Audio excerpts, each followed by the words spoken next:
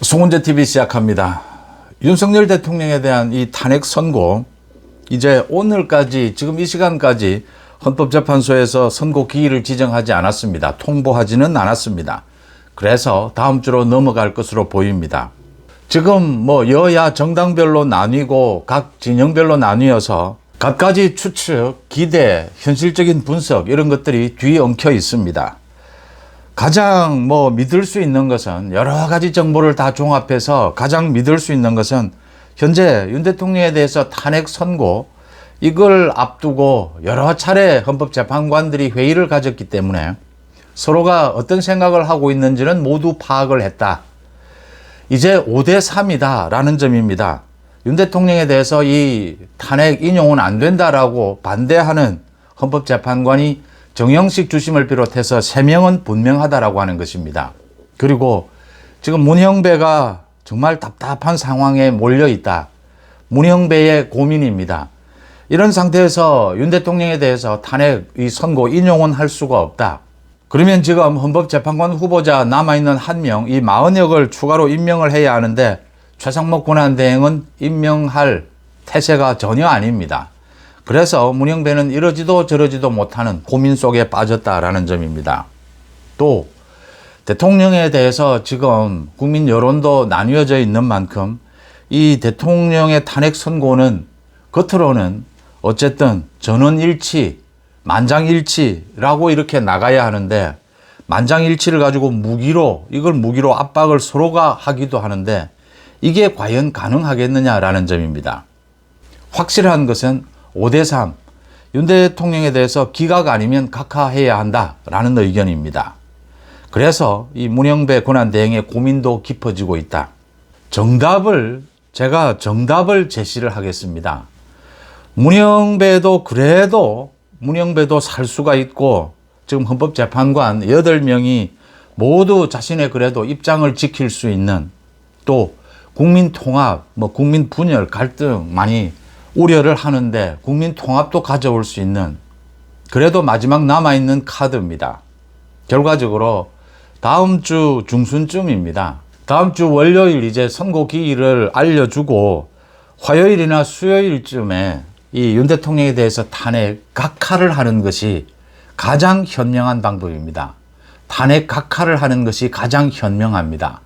그게 문형배도 살고 지금 헌법재판관들도 그래도 살 수 있고 국민들의 통합도 가져올 수 있는, 가장 법리에 있어서도 합리적이고 이 정무적으로도 가장 적절한 결과일 것이다. 지금 표결을 하고 지금 어느 쪽으로 강요한다라고 해서 지금 움직여질 것도 아니다라는 점입니다. 하나하나 짚어보겠습니다. 왜 그래야 하는지. 문형배가 이제 윤 대통령에 대해서 탄핵 인용을 하지를 못하니까 민주당에 SOS를 쳤다. 이심전심 모두가 알 수 있는 것이죠. 마은혁을 임명하지 않으면 이건 불가능하다. 마은혁 임명에 전력을 다하고 있습니다, 민주당이. 그런데 최상목 권한대행이 오늘도 명태균 특검법에 대해서 거부권을 행사했습니다. 명태균 특검법은 내용을 들여다보면 이건 법도 아닙니다. 수사 대상도 마음대로 하고 공소 유지 여부 모든 것을 지금 특검 마음대로 하겠다라는 것입니다. 이재명 마음대로 하겠다라고 하는 것입니다. 그래서 최상목 권한대행이 예상했던 대로 오늘 비상국무회의를 열고 위헌이다, 거부권을 행사한다라고 했습니다. 아마 민주당도 예상을 한 겁니다. 이런 법을 법이라고 만들어 놓고 지금 통과될 것이다, 이렇게 예상했다면 민주당은 바보인 셈입니다. 민주당도 그렇게까지 바보는 아니다라는 점에서 이게 거부권을 행사하고 그냥 밀어붙이는 것이고, 또 아마 국회에서 또 발의를 해서 또 의결을 할 겁니다. 그리고 최상목 권한대행이 마은혁에 대해서는 임명하지 않겠다가 아닙니다. 임명 시기는 대통령의 재량권이다. 대통령 권한대행으로서 임명 시기는 고민해 보겠다. 많은 의견을 듣고 있다라고 했습니다. 최상목 권한대행의 결정이 합리적입니다. 움직이지 않습니다. 그러니까 민주당에서 오늘 최상목 머리가 이상해진 것이 아니냐, 이 마은혁을 임명하지 않고 대통령 후보가 되려고 지금 헛꿈을 꾸고 있느냐, 이렇게 조롱하고 놀리는데, 그래도 최상목 권한대행은 움직이지 않습니다. 이제 이 부분은 포기해야 합니다. 그 다음 두 번째입니다. 기각이나 인용으로 가게 되면 지금 대통령에 대해서 그동안도 이 탄핵 결과가 나올 때는 만장일치였습니다. 겉으로는 모두 만장일치입니다. 국민 통합을 위해서라고 외칩니다.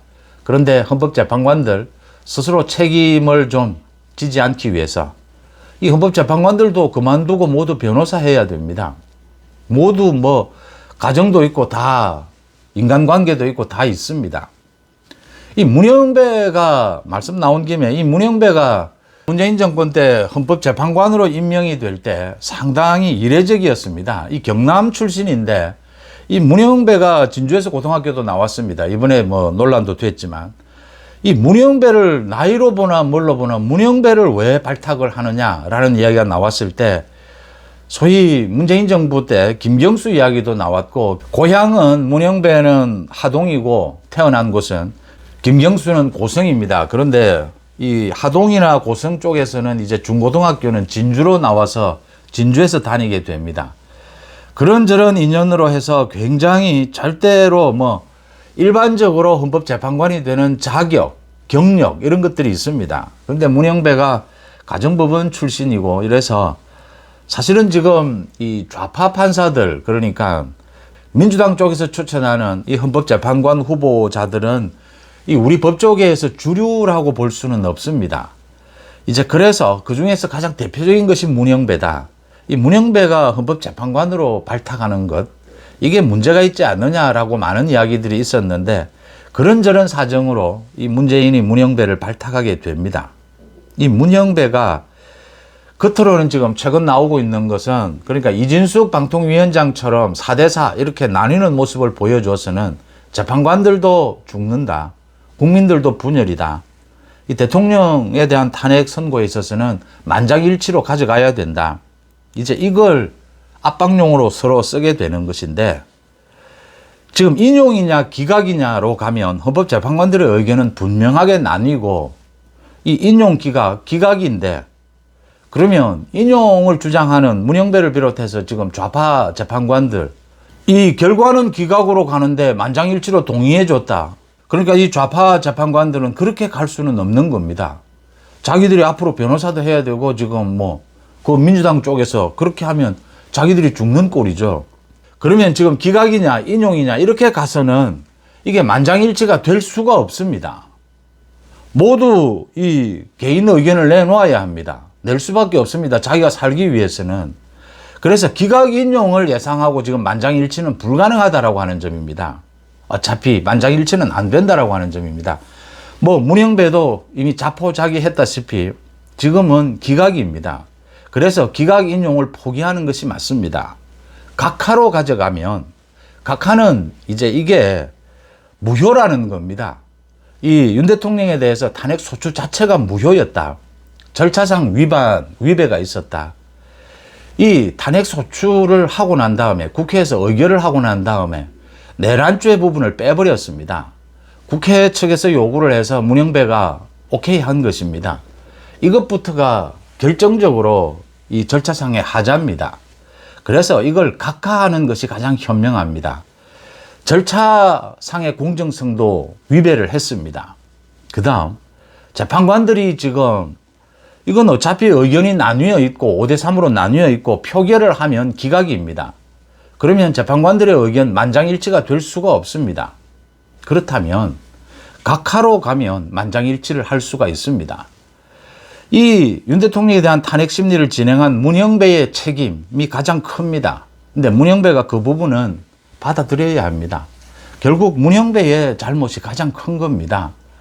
지금 제가 내란죄 부분을 뺀 것만 말씀을 드렸는데 그 이후에도 탄핵 심리를 하면서 문영배의 불법, 불공정이 수도 없이 드러났습니다. 가장 중요한 것은 문영배는 헌법재판관으로서의 자질이 되지 않는다라고 하는 것이 이미 자신도 인정을 해야 합니다. 이런 재판을 진행하는 이런 판사는 제가 참 듣도 보도 못합니다. 변호사는 많이 있습니다. 좀 뭐 이상한 변호사들 많이 있습니다. 검찰도 검사는 이 수사를 하다 보면 공안검사, 뭐 특수부 검사에 따라서 성격도 굉장히 다르고 스타일도 다릅니다. 뭐 여러 가지 논란이 일 수도 있습니다. 그런데 상당한 경력을 갖춘 판사가, 그것도 헌법재판관인 판사가 이런 자질밖에 안 된다라고 하는 것은 놀라운 것이었습니다. 그런 정도는 문영배가 받아들여야 한다. 그렇다면 문영배도 각하로 가는 것이 자기 책임을 덜 수 있는 유일한 길입니다. 말씀드린 대로 국민 통합, 지금 승복하라, 승복하지 말라, 뭐 승복을 약속하라, 이런 정치 공세들이죠. 이제 승복 당연히 하죠. 합리적인 결정이 나오면 다 승복하죠. 일부 승복하지 않겠지만 우리 공권력으로 충분히 막을 수 있습니다. 무슨 뭐 물론 정치적으로는 승복하라, 뭐 서로 이렇게 의뢰 이야기하는 것입니다. 그런데 냉정하게 합리적인 결정이 나오면 승복하게 되는 거죠. 대부분의 국민들은. 문제는 합리적이지 않으면, 혐의가 인정이 되는데 야당 대표이기 때문에 구속시키지 않겠다, 이런 걸 어떻게 승복합니까? 위정교사를 했는데 위정을 한 사람은 처벌을 받고 위정교사한 사람은 처벌을 받지 않는다, 무죄다, 이런 판결을 누가 승복을 합니까? 합리적이면 승복합니다. 뭐 걱정할 것 없습니다. 대한민국 공권력은 아직도 여전히 단단합니다. 최상목 권한 대행도 많은 준비를 하고 있지 않습니까? 합리적이면 승복합니다. 지금 국민들이, 대다수 국민들이 이 절차상의 문제가 있었다, 윤 대통령에 대해서 이 탄핵소추는 이 진행하는 과정에서 불공정했다, 그래서 무효다, 각하다 라고 결정하면 어느 쪽이든 대다수 국민들은 승복할 것이다 라고 봅니다. 국민들의 분열도 막을 수가 있습니다. 지금 다음 주 아니면 그 다음 주로 또 넘어가게 되면 이제 이재명의 26일 선거법 위반 재판이 기다리고 있습니다. 더 첨예해질 수밖에 없습니다. 문영배가 모두 내려놔야 합니다. 뭐 누구 탓할 것도 없고 문영배 자업자득입니다. 그러니까 윤 대통령 측의 윤갑근 변호사입니다. 기자회견을 열고 빨리 판결을 내려달라, 헌법재판소에. 헌법재판소가 그동안 폭주하는 기관차처럼 지금까지 이렇게 밀어붙이다가 갑자기 심리가 길어지는 이유가 무엇이냐. 만장일치를 노리고 지금, 그러니까 합리적인 재판관들에 대해서 압박을 가하고 있고, 또 마흔역 임명을 지금 강요하고 압박하기 위해서 이렇게 기다리는 것 아니냐. 어차피 이렇게 안 되니까 뭐 끝까지 발부둥을 치는 것인데, 이렇게 되면 또 어떤 변수가 생길지도 모른다. 사실은 이게 변론을 재개해야 될 요인도 많은데도 윤 대통령 측에서는 변론 재개 요청도 포기를 했습니다. 빨리 선고를 해달라. 윤 대통령 측에서는 이렇게 보고 있습니다. 다음 주 초에 각하를 하거나 다음 주 말쯤에 이 기각이 되지 않겠느냐, 이런 식이라면. 그런데 많은 변수들이 있는 것이 지금 마지막 문영배가 발부둥을 치고 있다. 지금 서로가, 재판관들이 서로가 어떤 입장이라는 건 이제 모두 다 드러난 겁니다. 다 알고 있는 겁니다. 이렇게 하지 말고 빨리, 한시라도 빨리 선고를 내리는 것이 국민 통합에도 맞고, 과거의 경험, 두 차례의 그 대통령에 대한 탄핵 심리, 그 부분과도 뭐 조금 더 지연이 되긴 했지만 이제 다음 주 초에는 일찍 판결을 내리는 것이 맞지 않겠느냐, 이런 기자회견까지를 했습니다. 각하가 맞습니다. 문영배가 그래도 자기가 잘못한 것을 조금이라도 덜기 위해서, 또 내용으로 봐도 이건 절차상 불법, 불공정이 너무나 심합니다. 이건 탄핵소추는 무효입니다. 각하입니다. 국민들의 분열이 지금 가장 우려가 된다면 국민들이 통합하는 방법, 그래도 대다수 국민들이 승복하는 것은 각하입니다. 헌법재판관들의 그래도 책임을 좀 덜고 국민들이 통합할 수 있는 방법, 기각이나 인용으로 가서 그렇게 해서 만장일치로 밀어붙이는 것은 절대 실패합니다. 안 됩니다. 왜냐하면 이렇게 지금 딱 쪼개진 상황에서 어느 재판관이 자기 소신을 덮고 그 결론이, 표결 결과 결론이 나왔는데, 윤 대통령에 대해서 탄핵 기각입니다. 결론이 나왔는데 소위 그 좌파 재판관들, 문영배들 자기 입장을 꺾고 만장일치로 모두 대통령 이 탄핵 기각이다, 이렇게 해줄 수 있겠습니까? 어렵지 않습니까? 그러면 뭐 문영배 설 자리가 있습니까? 마찬가지지 않습니까? 어느 쪽이든. 각하가 가장 합리적입니다. 그래도 문영배가 자기 잘못을 인정하고 내려놓고 각하 쪽으로 만장일치로 결정을 하면 많은 것들이 문영배 자신에게도 지금으로서 가장 현명한 선택이다 이렇게 보인다. 이 분석이 뭐 여러 가지 지금 뭐 추측도 나오고 기대도 나오고 또 현실적인 분석도 있습니다. 들어볼 만한 가장 합리적인 분석, 합리적인 예측이 아니겠느냐라고 저는 이해를 합니다. 여러분들은 어떻게 보십니까? 송은재TV 마칩니다. 고맙습니다.